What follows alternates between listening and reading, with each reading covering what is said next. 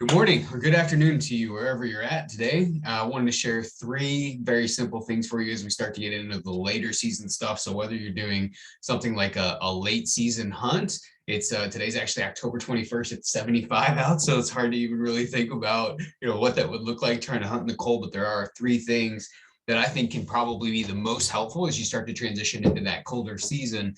And prepare for that. And this is applicable across the board, right? So if you find yourself doing a lot of trail running, or you find yourself doing a lot of skiing, find yourself doing anything outdoors that's challenging, or for any extended period of time in the winter, these are all applicable and things that most people don't think about whenever I talk to them about off season or late season type of thing. So here we go. Let's jump in.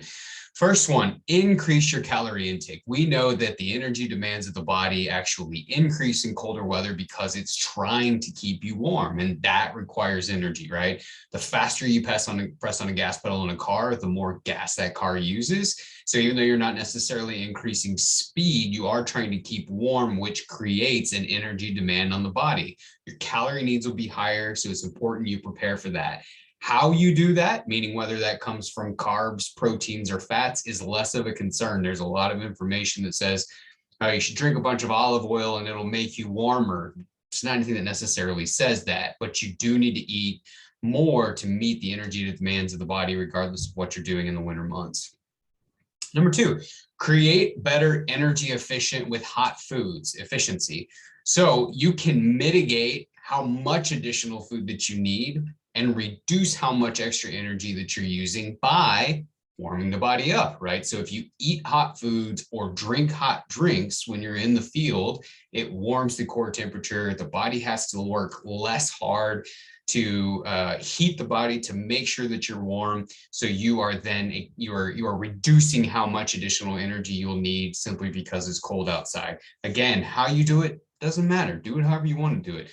Could be a pack of ramen. It could be a can of soup. I've seen guys in ski huts just eating Campbell's out of a jet boil. It's guys on ski rescue teams. It could be a cup of coffee. It could be hot chocolate. It could be hot cider, hot Tang, hot Gatorade. Those are all simple drinks to put in your pack. Light up a small jet boil, light up a small MSR pocket rocket, heat your water up, and it's something that you can do relatively easy, pack small, and will help your energy efficiency out whenever you're looking at trying to be more energy efficient in colder months. Step three, don't neglect foods with sodium.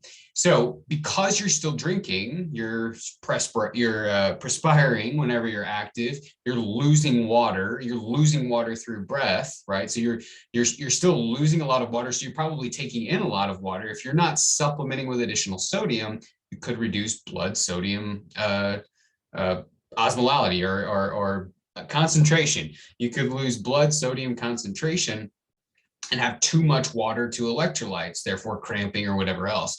So make sure, or I guess a better way to put it would be, don't necessarily neglect foods that have sodium in them, right? It's smart for us to be conscious of salt in the normal day-to-day diet, but when you're doing things that are hard on the body and you're using more sweat, you're taking in more water, the rules of traditional thinking sometimes go out the window. So you got to be sure that you're replacing anything that you're losing.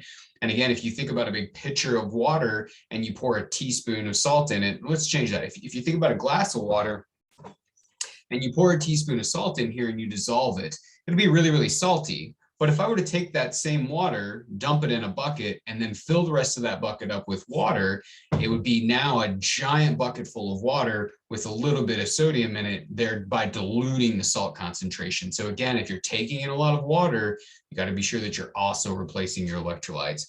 I hope that was helpful. If you got any other questions, just tap reply, send them to me. I'd be more than happy to help you.